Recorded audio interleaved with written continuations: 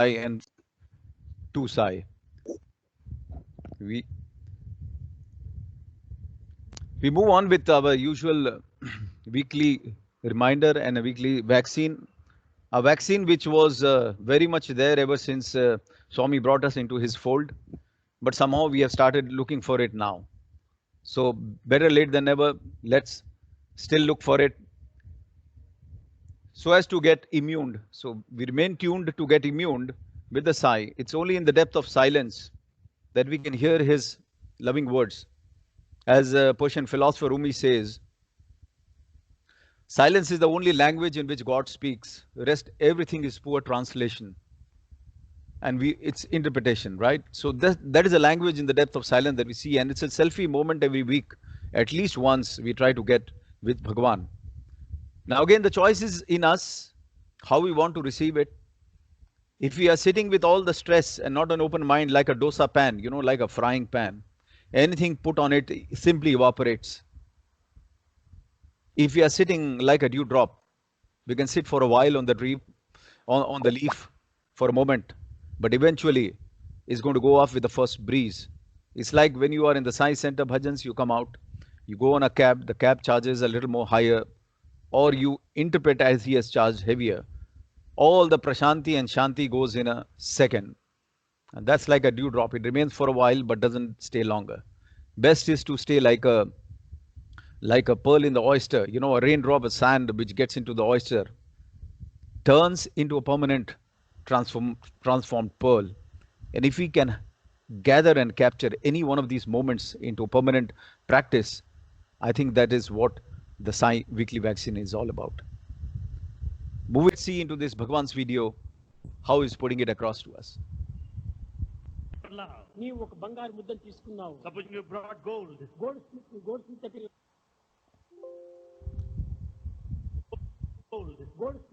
Smith దగ్గర వెళ్ళావు. You go to దగ్గర వెళ్ళావు. You go to goldsmith. Goldstein దగ్గరికి వెళ్ళావు. Yes. అయ్యా నాకు ఇది బంగారుతో ఒక పెద్ద చైన్ చేసి పెట్టండి అన్నాడు. Ask him, sir, with this gold make a beautiful chain. ఈ చైన్ ఏ డిజైన్ గా చేయాలి? But what design you want? One duty వాడు చేశాడు. He does his duty. పలానా డిజైన్ గా ఉంటుందని చైన్. You make specifications. ఇగో నేను తీసుకునే బంగారు ఇంత weight. This is the weight of the gold. నీ వెయిట్ తీసుకో, దాని డిజైన్ తీసుకో. You just take the weight of the gold and the design. వాడి యొక్క పనిలోకి నీవేమాత్రం ప్రవేశించకూడదు. But don't bother about the process, the making of the jewel. వాడు ఈ యజమాని ముందుగానే నిప్పులో వేస్తాడు. Right in front of you, he'll put it in fire. నా బంగారం అంతా నిప్పులు వేసి కాల్చేస్తున్నావే, నిప్పులు వేయొద్దు. Hey, you're putting my gold in fire. Never do that, burn it. కష్టమే సుత్తితో కొట్టాడు. And he hammers నా it. బంగారం సుత్తితో కొట్టద్దు. Never hammer it. నిప్పులో వేయొద్దు, సుత్తితో కొట్టద్దు, సాగ వెరకద్దు, కటింగ్స్ చేయకూడదు, ఫిట్టింగ్ చేయకూడదు, ఏది చేయకుండా నాకు చేయని కాబట్టి ఎట్లా అవుతుంది? You cannot say never burn my gold, nor cut it, nor hammer it. Never burn it. You cannot say like that. కాబట్టి నీవు భగవంతునికి హృదయాన్ని అందించినప్పుడు దీన్ని ఇట్లు చేయకూడదు, అట్లా చేయకూడదు, ఇట్లు చేయకూడదు అని ఈ కండిషన్ పెడితే నీవు కోరినటువంటి ఆనందం నీకు ఎట్లా లభిస్తుంది? Then once you surrender yourself to God, you cannot specify, you cannot condition it. భగవంతుని అర్పితం చేయి, తాను ఏమైనా చేసుకొని నీ కోరిన ఆనందం అనేటువంటి నగ నీకు అందిస్తాడు. Surrender to Him. Whatever He does, He will confer ultimately. ఆనందమే నీకు అందిస్తాడు. He will make you blissful. కనుక ఈ విధమైనటువంటి కండిషన్ లో పోయినటువంటి వాళ్ళకు కండిషన్ తోనే అంతమవుతారు. The one who puts these conditions, he will be conditioned. అంత్యం లోపల బ్యాడ్ కండిషన్ వచ్చేస్తుంది. And he will have to face bad condition at the end. Condition లేనటువంటి ఒక సరెండర్ లో భగవంతుని ప్రార్థించాలి. Develop this unconditional surrender and faith ఈ to God. దేహం కూడా తందే కదా, Body is His. ఈ మనసు తందే కదా, Mind is ఈ His. చిత్తం తందే కదా, సర్వము తందైనప్పుడు దీని కండిషన్ ఎందుకు పెట్టారు? When everything belongs to God, why do you put conditions? దేనికి మనం భయపడకూడదు. Never. So now we understand when we pray, no terms and conditions should apply, right? There was this museum in which beautiful marble statues were there, and people were moving around in that museum, and they were all praising the statue. The entire hall was tiles, floor, everything was marble, and statues were marble. And then finally, everybody went away, and there was a discrete communication between the statue of Lord Krishna and the marble on the floor. And the marble on the floor talks to him. He said, "Hey, up there, I am so disappointed that, people have come, they have tramped me under their feet, and they have been, touching you, praising you, and doing all that. So don't you think this is unfair?" So the statue marble said, "I agree, we are from the same while I allowed myself to the artist to chisel me, to cut me, to shape me into this statue, whatever, he refused to do that. And that is what the difference is all about, right? It's important that we allow the artist, which is Bhagwan, through whatever master plan he has, to shape us, guide us, to bear this journey. Things will go wrong because in our conscious memory we are not aware about the previous layers that we have created, which has stored in our chitta, in our destiny, in our samskaras, which will come and unfold one by one, defying our understanding. Let us accept, let us have that faith, let us have that surrender. With that, that is what, again, what we talk about is master plan. Everything happens for the best. And I think Brother Shankar will join in. I would say let's pause it over here. We can continue in the next week.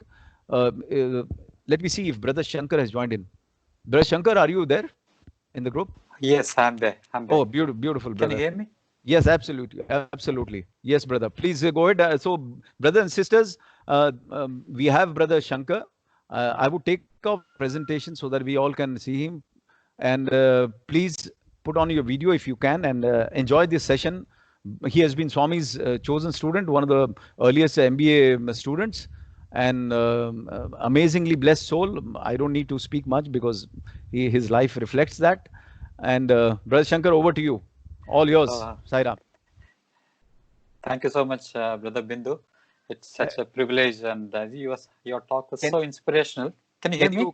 Yeah, can you put the camera a little bit because you're not seen Yeah, at all, brother? yeah. Is it clear now? Yes, better, better. Yes, brother. Yes, Wonderful. great. Okay. So I think your talk was really inspirational. I think you covered quite a few things that maybe I'll just touch upon in some of the Yes. instances. But again, I think Sai Ram, everyone. Pranams at the lotus feet of Bhagwan.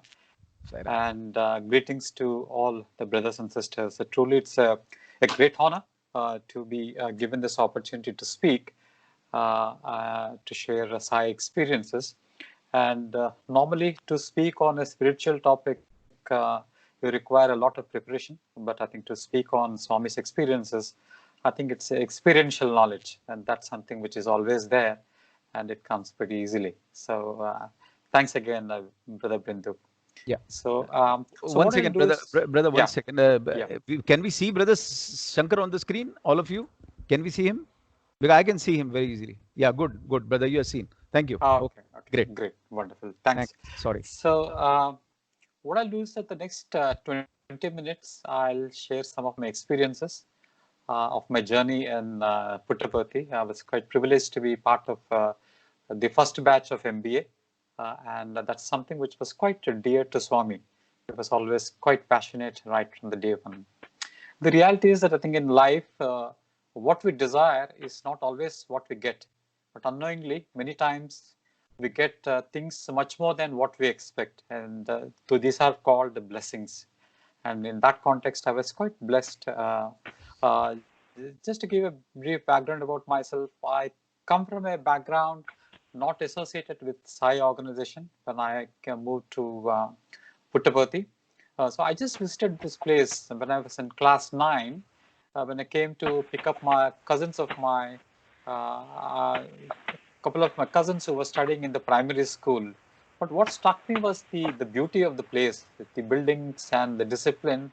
And I was quite puzzled whether such kind of a beautiful place can exist on this earth. And I was quite fascinated. And that has really drawn me to apply for the MBA course. But I always had this inkling that this institute would only prefer people with the background, with people who have worked in the Satsang circle. But quite surprisingly, I think that wasn't the case at all. And it's all the Swami's the love, and it's something which is beyond of restricting people to any particular set of identified people. So that's what even Swami told on the day when we met him, that it's all his choice of who has to join the MBA courses. So it's all a hard-picked one, which on day one itself he could really kill the ego. People thinking that it was how all their hard work. He told that it is his choice. and that's a great message for all of us.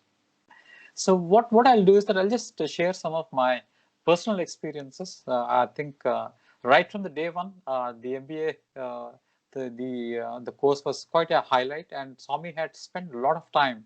Virtually every day, he used to have interviews with the students. And what was astonishing was that his knowledge and it's a notion. I think he used to touch every topic on the management, right from the quantitative techniques to the general management. He was so eloquent and he could speak so easily. And that was quite surprising, because for someone coming from outside, it really, I think, opened my eyes to see, I think, the divinity. I think there's something which the realized souls, and they go to the root of the knowledge, and they have a complete understanding of what happens in the world. And that was a great example of how he demonstrated his divinity, and the knowledge that he had. He was so flowing in terms of explaining the management concepts in a very simple way. That's something which really struck me. There were plenty of experiences what I would like to touch upon, and one of the best experiences is traveling with Swami to Ooty and Kodaikanal. I think that is something that always stands out for most of the students in Puttaparthi, and was fortunate. And imagine, I think traveling with Swami is like a kind of a marriage festival, like, okay, right through the journey. I think at every point where you stop, there are devotees who really pamper you with food, with everything. I think that they can shower upon. I think it's such a beautiful experience, and there's no dearth of anything, and one need not think about having money in the pocket or anything like that. So that was his love and affection.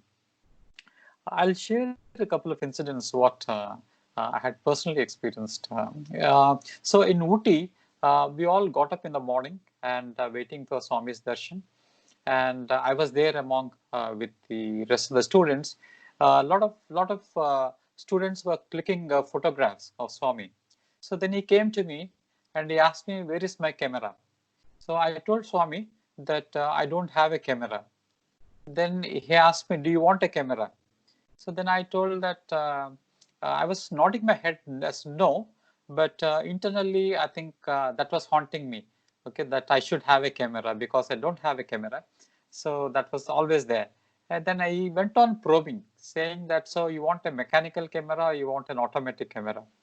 So again, I was quite silent. I was just smiling, and then he told that inside I was, I think, telling myself that I should go for an automatic camera. I think it was 93, and those were the days when I think that was the evolution of those automatic cameras. So finally, then he just smiled at me and walked away. Normally, most of my classmates, they used to always, when Swami approaches them, Swami asks them, "What do you want?" Many of them used to say that, "Swami, we want you." Okay, and but to me, that idea didn't sink in me. Okay, so it was always that I think what Swami gives, I was used to be fascinated by that.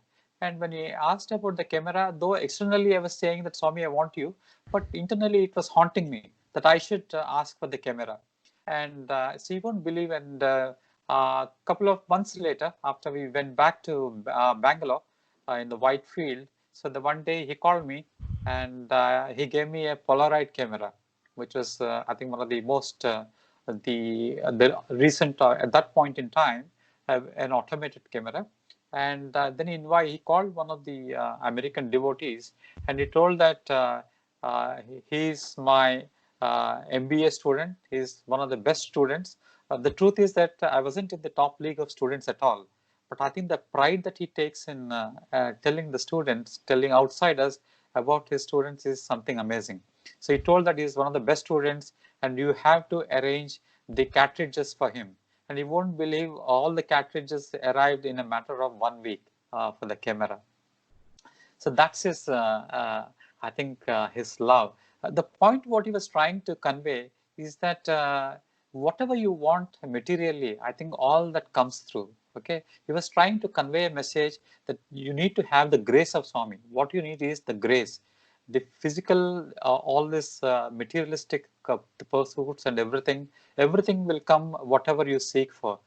But what is something beyond is the of something that is permanent in nature, and that is something which that is his way of, I think, his way of teaching the students as well. That when he says that my life is my message, so he doesn't very explicitly state that, but you have to learn this. It's, I think it happened again when we were in Ooty. He came to me, and we had to get up early in the morning at 6:30 or 7, and then in a rush I could not wear my watch. So we were going out in the city. So Swami also used to travel with us in the bus. So he came in the bus, and then he came to me. Then he asked me, "What is the time?" Again, he was very deliberately asking me. So I told Swami, "I don't have the watch. I'm not carrying." And then he told, "But where is your watch?" So I told, "I left it in the hostel." Then he teased me, and he keeps pulling your leg. He is quite humorous that way. Then eventually in the evening, he calls me, and I always had that inkling that I wanted a digital watch. So you have all your the mechanical watches and all of that, but you won't believe that on that evening when we were having a dinner, so he called me, and then he gave me the watch. He created a watch and he gave it to me, and you won't believe it was an electronic watch. It's something which they created with Texas Instruments. So he pampers you, but I think the underlying message is that he always even drives you to the extent that yes, I think all this will come whatever you want, but you have to go beyond this. Again, I think when uh, uh, we were in a discussion, and in one of the days he was talking about the Ramayana, and during those days he was also sharing some of the experiences during those the episode, and he created a beautiful the golden watch, and a kind of, I think it's a small clock, and he also asked me to speak, but I was quite shy. I was hesitating not to speak. Then as we was discussing, he just created then, and he asked me, he created the watch, then he asked me, do you want it? Okay. And for the first time, I very confidently told, I don't want that. And he asked me repeatedly, are you sure you don't want? Are you sure you don't want? And three times he asked me, and then that watch disappeared. But there was no regret, that I quite felt very happy that I could convincingly tell him that, yes, I think I just need your Swami, we want you. So it eventually took time. While all the students, rest of the students used to say, Swami, we want you. It took a while for me to sing that idea. But for me, I think it took a while. But I started realizing that I think when you have him around, you have everything, and that's the faith, that is the belief, and I think that's where I think even whether his physical form is existing now or not, but I think the belief or the faith that we have, I think his grace manifests in everything what we do. That's something which it's quite inspirational to me. Again, I think I had some wonderful experience when we moved back to, when we went to Kodaikanal, from Ooty to Kodaikanal. And again, I think I was very fortunate for those. I think the trip, I was extremely close to him. And every day, the morning he opens the door, he used to come to me directly, and he pulls my leg. I think, cracks a joke and all that. I think that makes you feel very light, in the sense that I think there is something, it's all Maya, but it's something which you feel quite enamored with. So it was pretty cold at that point in time. So he offered, I think there were, it's a big basket of the sweaters. And he came to me, and he picked up a sweater, and he asked people, students, to pick up on their own, whatever they like. But to me, he came with a sweater, and he told that you take this sweater. So I took that sweater, but I also had spotted something I liked more. Okay, not what he had given me. And so as he moved around, and so I dropped this what he had given me. I just picked up the color that and the pattern that I liked, and so I went back to the room. And so we have this in Kodaikanal. You have a lake outside. So most of the students, I think, after darshan, we all go out for a walk. And so even I went out for a walk along with my friends, and I wore this sweater. But you won't believe that I was struggling to. I think it just doesn't fit me. It was. I was. It was. I was feeling a bit short in terms of, I think, the length of the sweater. But I was trying to rationalize myself that it's my choice, and then I think what I've chosen is right. And I was trying to pull it down so that it fits me well. And I tried all the tricks, and it was okay, but it was extremely tight. And then we were walking around the lake, and so I think Swami also came in his car, and he stopped at a place and he asked me, "You want to come in?"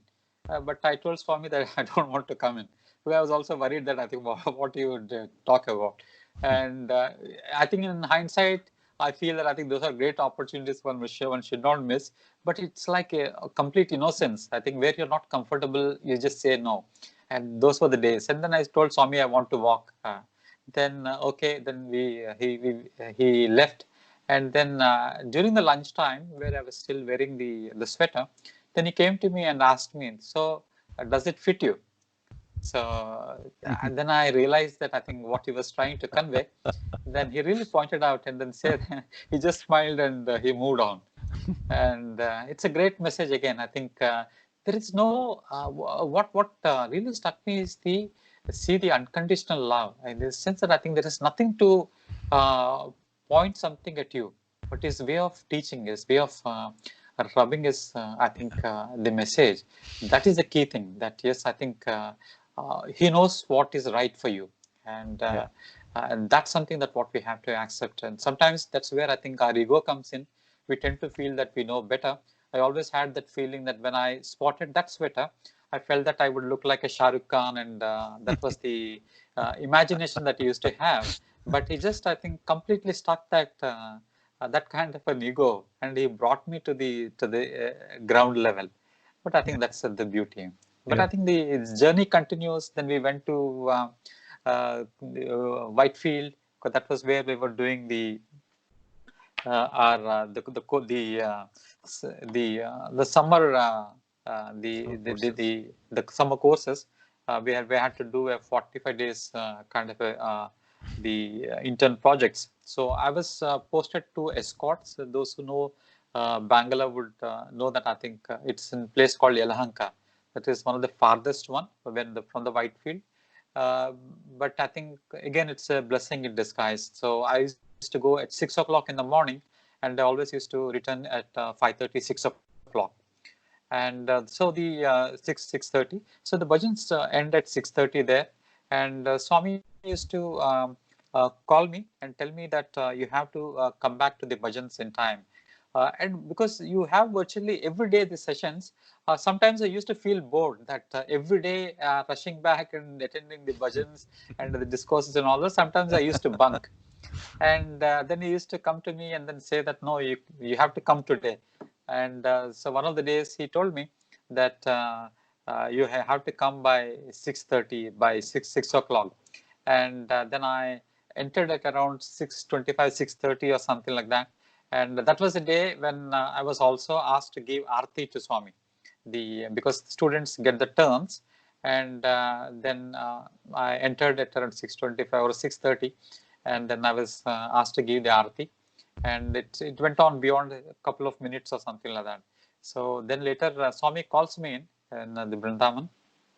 So then he told me that see, I had delayed the bhajan because of you, and so because I wanted you to come back in time.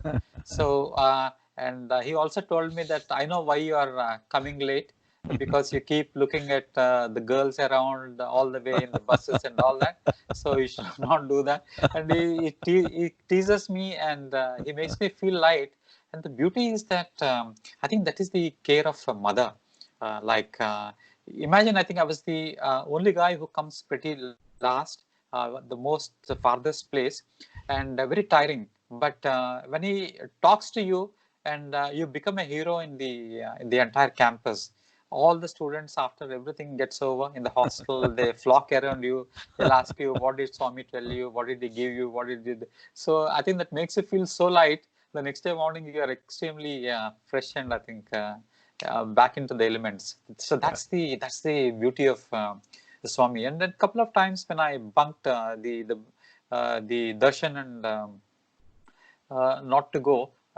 He used to, I think I fell ill once, and I stayed back in the hospital and in Brindavan. Then he sent medicines through one of the students. And how I wondered as to how he knew that I wasn't well. And he sent medicines, and he told that ask him to come in the evening to the darshan. Okay, so then I went at 4 o'clock to the darshan, and the moment he opens the door, he just calls me from I think the first one to at the moment he opens the door. And I used to feel a bit shy in terms of what is it that it's in me that he keeps calling me. And I'm just a very, very ordinary student, but something which is quite, that's where I think when people say about the divinity, about the unconditional love, this is what it is, because I think the great, the realized souls, they look beyond. And it is not my academics, it's not my character or anything like that, but there is something that I think they look beyond. And that really, I think, struck me, that that's how the key message is, that I think the unconditional love flows in, that you cannot be judgmental. Because I'm not a good speaker, because I'm not good in academics, we should not jump to the conclusion. And because when you are judgmental, I think it wrecks. And that's where I think even the corporate world, it's a great lesson that in our daily lives, it's one should not really get judgmental. It diminishes the talent, it demotivates the team members, and also very highly disengages people. So there were, I think, quite a few beautiful experiences like that. And even when I came back to from Ooty to Puttaparthi, and so once my brother had come in, and so I had written to Swami, Swami, please give interview to my brother. So you won't believe that he didn't. He called my brother. He gave interview from brother. I wanted him to also explore getting an MBA, but he got MBA a couple of other places. But I wanted him to always also be here. So I wrote to him, and then Swami gave an interview, though he did not study there, but was quite delighted. And when Swami spoke to him, and he gave a locket to him and all that, that really moved him. And I think it kind of transformed in his outlook and the approach. He went very happy. Then it was a turn of my parents. So my parents had come. Then again, I wrote to Swami saying that, Swami, please bless my parents, and they'll be so happy, delighted, and all that. So you won't believe, and he called my parents as well for the interview. So we were. You won't believe that. I think I used to wonder often, what is it that he will speak to my parents, and you won't believe. I think he was speaking to them like he was his parents, and I think the tears were just rolling every the word and the letters that he was uttering, and which I just could not believe. And so he also created a locket to my mother. She was a bit unwell, but I think it was his grace that I think she suffered from cancer, but not at that point in time. But it again, I think, transformed in a big way of I think the way of life. Then got into performing the bhajans and all that periodically. I think that really inspired. I think even my parents as well. I think how the divinity is. And then I also took the liberty. Then I thought that I think this is something which is really inspirational. Then a relation of mine had come down, who was one of the managing directors of a sugar factory in Andhra Pradesh. So he was I think struggling something because of some the caste feelings and all that. I think was on a very tough time. So I again wrote to Swami. I just wrote to him that I think here is my father's brother, and they've come down, and then grateful if you could just give them interview. And you won't believe that he called them in, and he gave the interview, and he spoke to them well as well. So I think it's not the credit or anything like that, but I think it's something which he knows. He knows everything. And again, one day he just called me, and he called me for an interview. I just, I think, sent a message through one of the lecturers, and invited me for a darshan. Called me for a darshan. for an interview, and then he was speaking to me and to a lot of people in the room. He introduced me. There was one of the guys, chairman of ITC, the group, the chairman emeritus by name Ajit Haksa. Okay, a very renowned personality, and to whom he introduces that he is the best student in MBA. The truth is that I was just far away, not even I think I stand anywhere, but I think see the pride in which he tells so proudly about to the outsiders, and I was quite astonished as to why he's saying that. But perhaps it's a way of I think instilling that I think the confidence in me, or to make me believe that yes, I think I'm a kind of a I have that ability, or I think I'm quite valued, and that's something which is quite a strong message. And so then while I was going, he created one more watch to me, and he said that if your mind goes awry, it will tell me.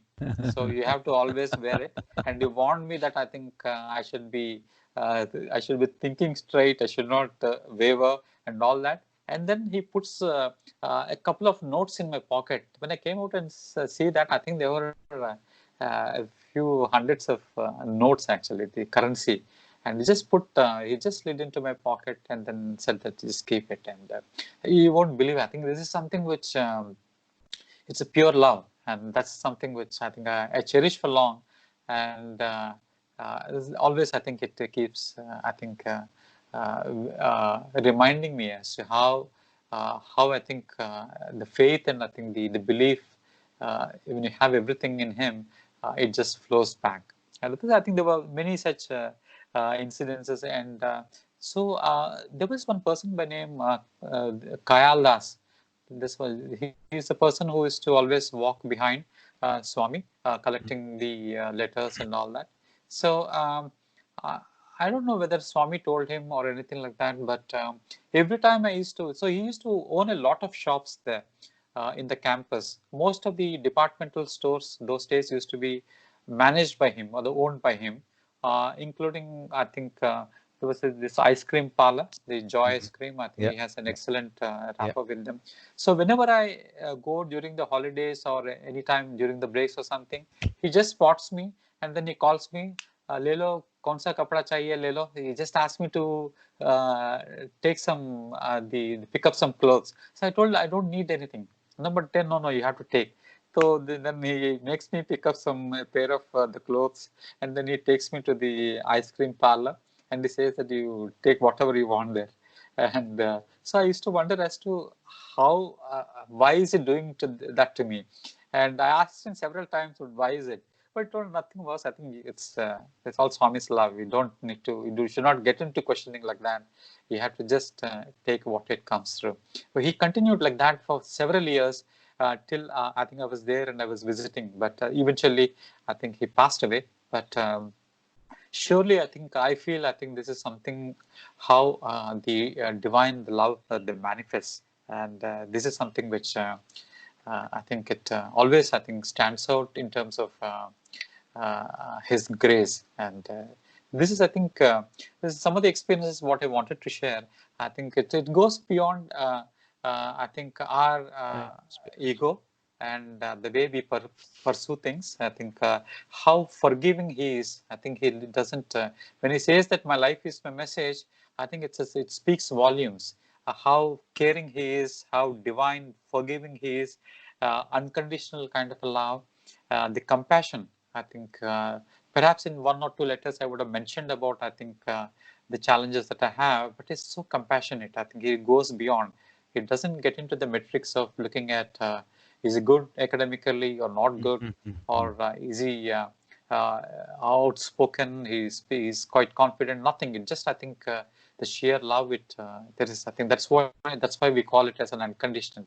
We don't add anything, any attachments to that, any motive, and that's how it flows. And his knowledge, I think it's amazing.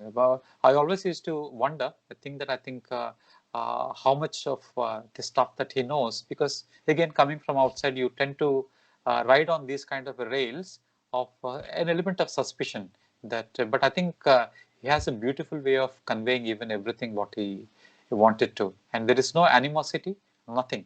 Even in the early days, in the day 2 or day 3, when I joined the college, I always used to wonder whether his hair was a natural one or not.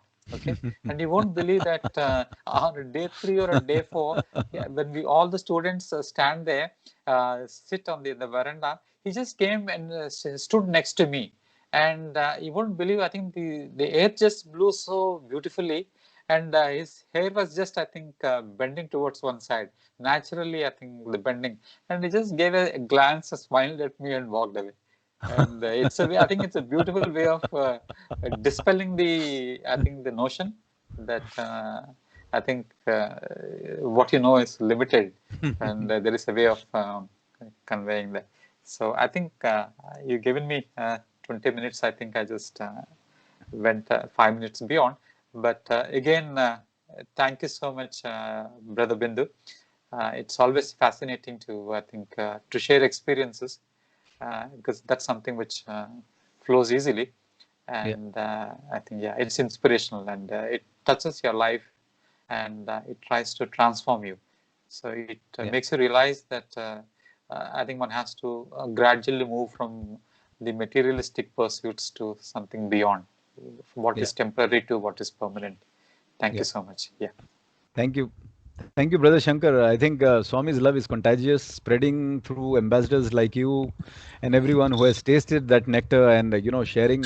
Okay, this will not be the only time that we request you. Sometime again ahead, sometime later, we will again request you. Please keep sharing, because you are sharing his love, his energy, and bringing us up to a certain potential that we start getting, into his grace. Thanks. It was amazing. I have shared with you. I mean, you have shared with me also, but there are some of them which you shared more today. It is so beautiful. Huh? I can't thank you more, brother. And Thank you. for everyone, those who are not in Singapore, brother Shankar, his wife, she's Sister Pooja, who is one of the very, very good singers of Bhagwan. She sings beautifully, and she has her own wealth of experiences. And so thanks to you, brother, and to Sister Pooja for sparing time with us. And we'll again connect with you.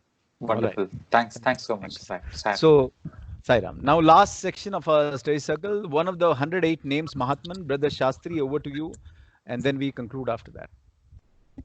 Sairam, brothers and sisters, I think first of all, it was great hearing Brother Shankar. I know him very well, but never shared. The first time I'm hearing through him, it was great to get back to all our past memories. For today, the number 40, the number 1408 names is Asahaya Sahaya Namaha. So salutation to Sri Sai, who is the helper of the helpless. So I think there are many experiences that we can quote, but there are two of them. One is Professor Kasturi Garu in his book, Loving God. He mentions about a lady who was in San Diego in a tall skyscraper, and in the middle of the night at around 11 p.m., she had severe pains in her knees, and she was wailing in pain, and there was nobody around her. She was all alone in her room, in her place, and she shouts, "Is there anyone to help me?" And there appears Swami right next to her and says, "So I am there. So why are you wailing so loudly?" So that's it. And I think Swami wanted to convey the message that though whatever name that you may call, you may not call him, nobody knows his address, but he has no name, he has no address, but all names are his. So that's how. And there's one more incident of one of the devotees in Maharashtra, in a place called Ratnagiri.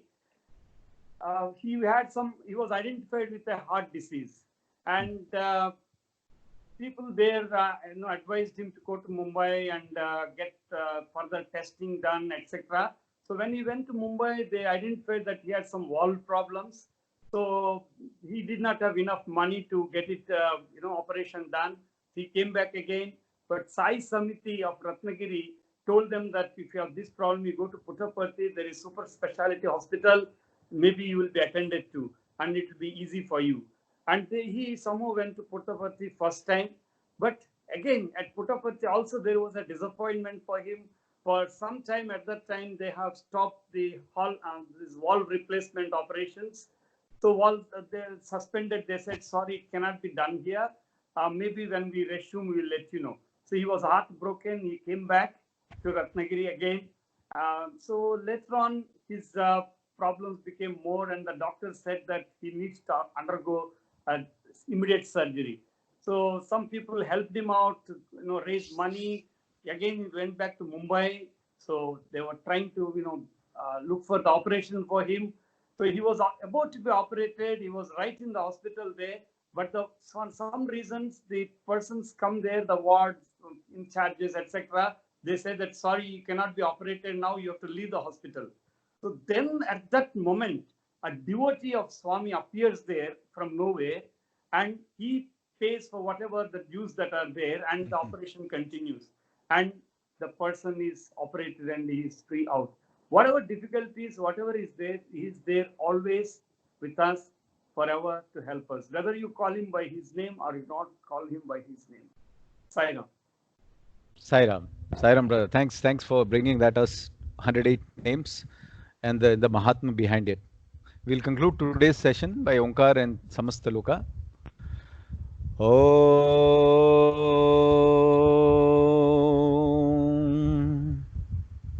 Samasta Loka Sukhino Bhavantu Samasta Loka Sukhino Bhavantu Samasta Loka Sukhino Bhavantu Om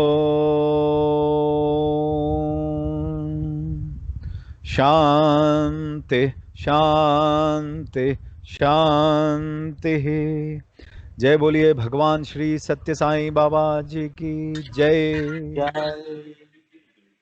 Sairam everyone, Sairam brothers and sisters. Thank you very much. Thank you We'll so catch up much. again next week. Sairam. Sairam, thank you. Sairam. Sairam.